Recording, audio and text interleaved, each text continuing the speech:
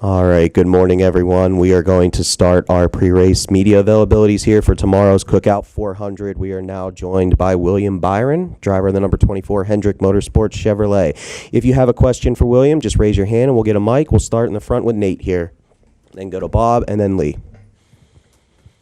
Nate Ryan, NBC Sports. William, Hamlin's move on Larson at Pocono, where you force a leader to make a choice, or anybody to make a choice between lifting or gassing and potentially hitting the wall.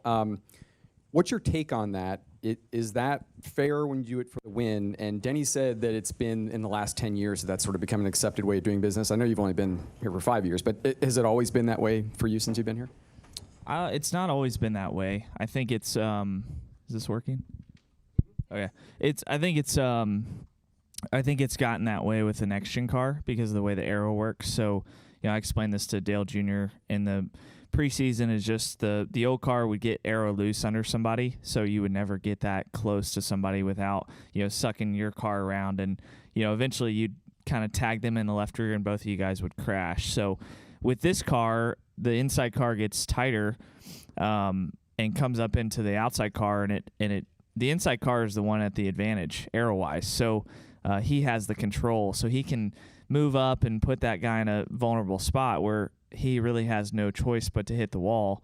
I see it a little bit differently. I don't think in Kyle's situation he's already lifting on SMT, so I think he's gonna hit the wall regardless. Like Denny's the one that put him in that spot, very similar to what happened at Texas with us. So I think it's just a situation where the inside guys at an advantage.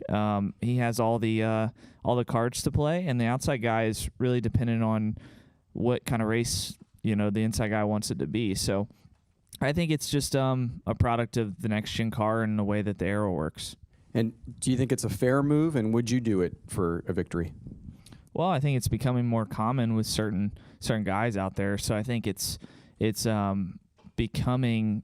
Yeah, it's becoming more common because what's the penalty for the inside guy, right? He's gonna hit you and move on. You can't retaliate. You can't, go up to him, and there's nothing you can do. Like once your car is in the wall, it's damaged and it's over for you. So I think you got to look at the tactics of it and what that means for, your race. And I think for the inside guy, he kind of goes on. Go to Bob and then Lee. Bob Hockers, Fox Sports, to kind of follow up. Do you make that move, or do you wait for somebody, or do you only make that move on somebody who's already done it to you? I think to me, it does matter who you're racing. So you got to see what they like. To me, I try to play it fair to where if that guy's never done something like that to me, I probably wouldn't do that to him. I think there's ways to do it. There's ways to make that move and still kind of race it off the corner. But you got to look at the trajectory of the cars. Like, Harvick was in fourth, and Harvick is a full lane down. He's on the outside, like he's in fourth. He's running the normal racing line, and both of the cars in front of him were above where he was. So I think, that's way out of the groove. There's marbles up there. It's hard probably to tell that on TV because it all looks black and dark, but the racing groove was quite a bit lower. Lee Spencer, Catch Fence. To kind of follow up on all of that, there's been speculation that the younger crowd has grown up learning their craft on video games. You guys do have some. Me? Well, that's why you're the perfect person to ask. I mean, a lot of people, had that short track experience, whatever, but how, learning that the way you did and behind, a screen, there's not the consequences. You're a little more skillful, but, you're seeing so much more of that. And you say it's the car, but how much is also coming up that way and learning a skill set? Yeah, I mean, just from my experience, I had a lot of run-ins on iRacing, so I think I got all my bad run-ins out of the way and learned what I needed to when I was really young. When I was on there, I would, pull a lot of crazy moves and do a lot of aggressive things, and I feel like I kind of learned, what my code was, what I wanted to, how I wanted to race. So I feel like where I am now, I'm pretty mature in my thoughts and how I want to race. And, I mean, you want to do what's best for your team. So I think that's, ultimately what our job is to try to go out there and get the best result for our team. So you just gotta know how desperate that decision is, for whether it's playoff chances or championship chances. I think, now that we see how these cars race, I think you're going to see some desperate moves probably.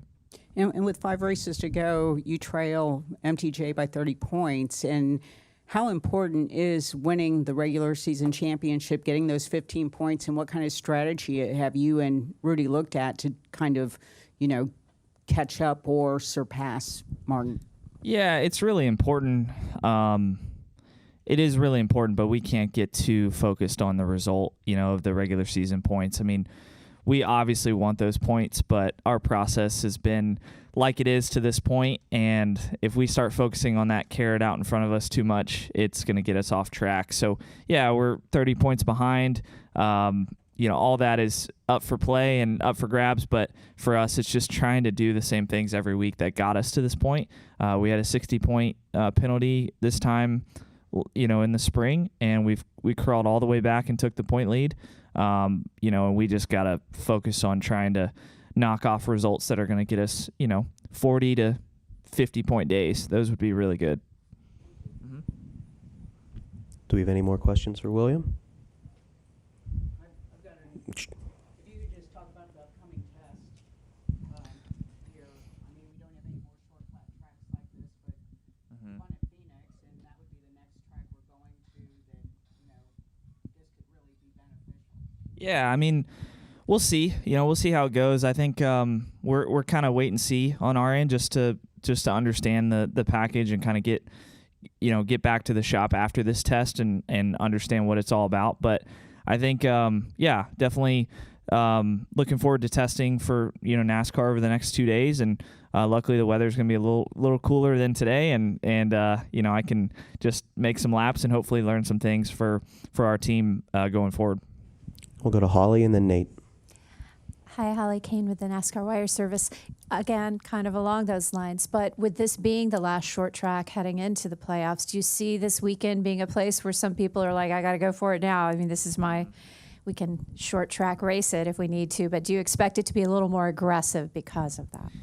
I expect there to be kind of a clear idea of who's got the speed, at the short tracks. Because when I look at last year's race here, Logano led 200-plus laps and, went on to Phoenix and dominated. So I do think there's some correlation to being good here on Sunday to being good at Phoenix. So, it is kind of our last true test of what we've got for I would say the 3/4 to mile racetracks. And we've hopefully got to have speed here on Sunday to show that we're good on the short tracks, give ourselves confidence that we can go to Phoenix and have a good car. Nate? You mentioned the weather, and it's going to be cooler Monday and Tuesday, but it was, I think, 102 yesterday, and there's no relief in sight today and tomorrow.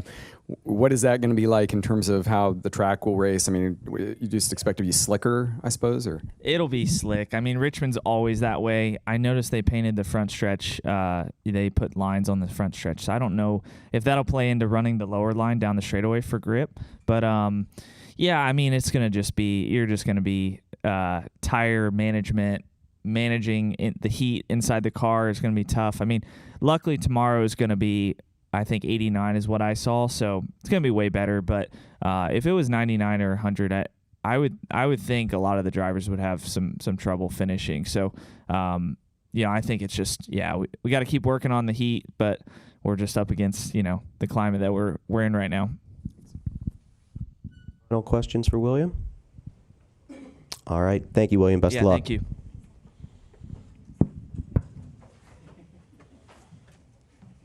All right, everyone, we are going to